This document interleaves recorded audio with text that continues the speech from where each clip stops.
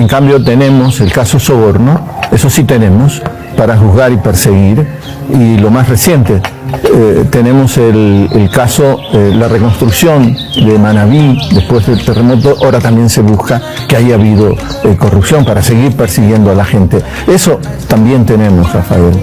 Pero, por supuesto, hay una persecución brutal todos estos años, aplaudidos por los supuestos demócratas, defensores de derechos humanos, que me criticaban a mí por autoritarios, que con toda una campaña mediática, si un general era asesinado, la culpa era de Correa, si un ex periodista moría, la culpa era de Correa. Los 10 años me aguantó esa campaña de difamación, mucho más de 10 años, durante mis años de gobierno y hasta ahora, ¿no?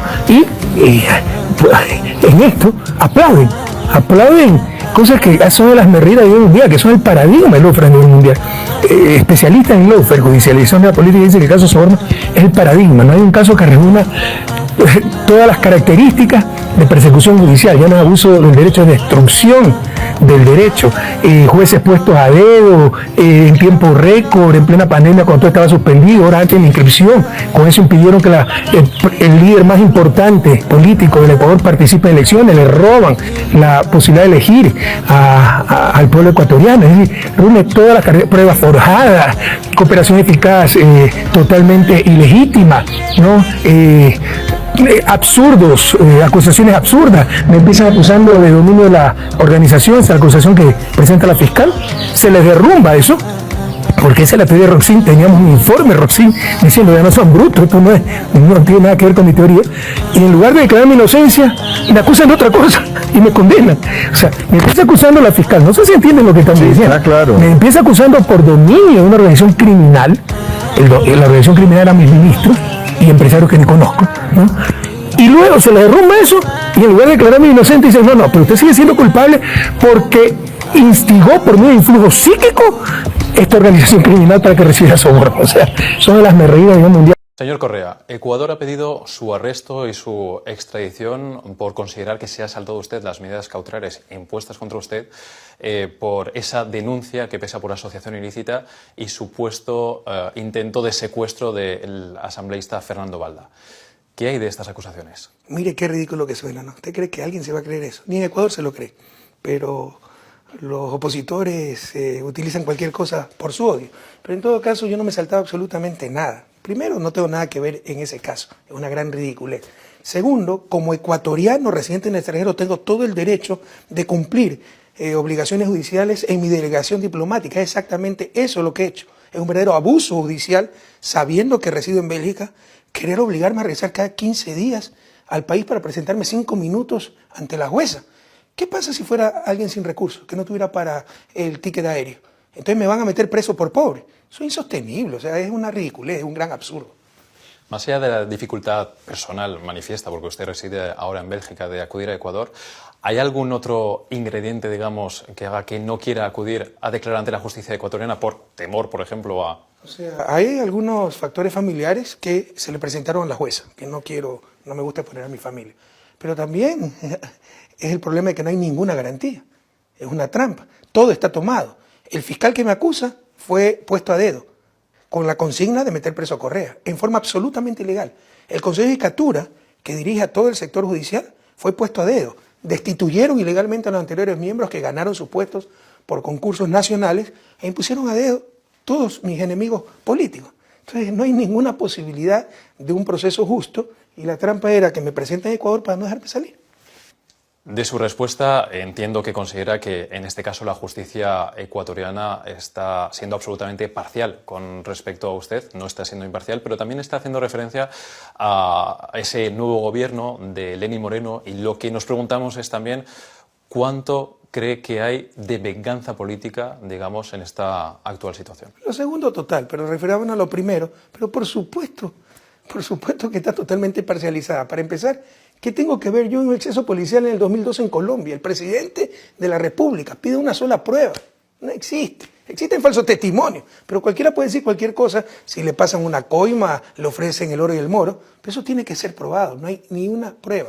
El propio fiscal, al vincularme, pide que me presente cada 15 días en la delegación diplomática aquí en Bélgica. La jueza de garantías penales, que tiene que garantizar mis derechos, nos dice que me presente cada 15 días en Ecuador. La jueza pide que se levante mi inmunidad como presidente ¿no? Cuando ocurrieron los supuestos hechos era presidente, de acuerdo al artículo 120, numeral 10 de la Constitución. Pero para eso se necesitan 2/3 partes de la Asamblea, 92 votos, no los tenían. Con simple resolución, 83 votos, dijeron que la petición de la jueza era improcedente. La jueza frente a eso tiene que acusar de desacato a los asambleístas o insistir en su pedido. No se allana al desacato, porque ese mismo día le cambiaron al Consejo de Judicatura, que son sus jefes. ¿Usted qué puede esperar de una estructura así? Y detrás de todo está el gobierno. El gobierno presionó a los asambleístas para tratar de que autoricen mi enjuiciamiento penal. No lo lograron e hicieron trampa. El gobierno envió gente a hablar con testigos claves, por ejemplo, el anterior director de inteligencia, Pablo Romero, que se encuentra en España, ofrecerle el oro y el moro si me incriminaba. Y de forma muy noble el otro dijo, yo no voy a mentir, yo no tengo nada que ver en esto, el presidente Correa peor, así que no me voy a prestar para estas cosas. Balda se reunió el 20 de abril de este año en Guayaquil en secreto con su abogado, con el presidente Moreno, preparando todo esto.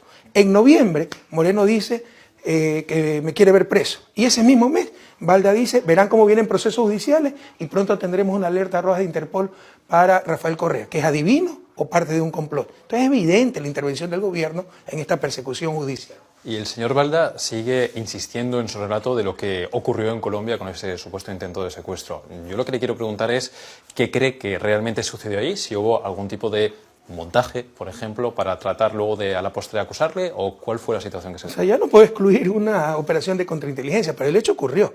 Pero la hipótesis más probable es que es un exceso policial. El tipo tiene más de 20 juicios, ¿no? Por alimentos, agresiones, estafas. Estaba fugado del país por una condena de 2 años, estaba irregular en Colombia.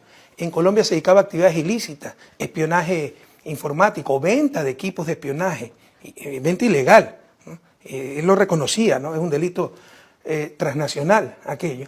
Entonces, probablemente el exceso policial, el celo en el cumplimiento de su trabajo, capturémoslo en Colombia por la orden de prisión que tiene en Ecuador. Pero ¿qué tiene que ver el presidente de la República con aquello? Es una locura, es una insensatez. Y quiero hacer 2 preguntas breves. De hecho, mire, Balda presentó en 2013 una acusación particular. Ni me nombra. Todo esto empieza hace un par de meses cuando vieron, aquí lo podemos involucrar a Correa. Eso es todo. Si me permite, solo 2 preguntas breves sobre su defensa a partir de ahora. Por una parte, bueno, me gustaría saber si ha pedido o va a pedir asilo en Bélgica. No excluimos esa posibilidad. Pero no quiero adelantar más detalles al respecto. Y también me gustaría saber acerca de esa defensa, si usted la va a basar en defender que no tiene nada que ver con los hechos de los cuales se le acusa en Ecuador, o si más bien esa defensa va a estar orientada, como en otros casos para evitar extradiciones, pues que no se trata de un proceso justo, que la situación en Ecuador no permitiría un juicio justo para usted, etcétera, y más bien en, digamos, más en argumentos de procedimiento, digamos, que de fondo del asunto. Pero es que no son excluyentes, usted tiene razón. El aspecto de fondo es que yo que tengo que ver con un exceso policial ocurrido en el 2012 en Colombia. Y ahora quieren decir contra el principal opositor del gobierno. Si había 10.000 opositores al gobierno, Balda era el 10.001, pues hasta hace unas semanas nadie lo conocía en Ecuador. Todo esto es un show, un montaje, ¿no? Pero eso no excluye también los graves vicios de procedimiento, por ejemplo, que no se levantó jamás mi inmunidad como expresidente pese al pedido de la jueza. Señor Correa, muchas gracias por habernos atendido.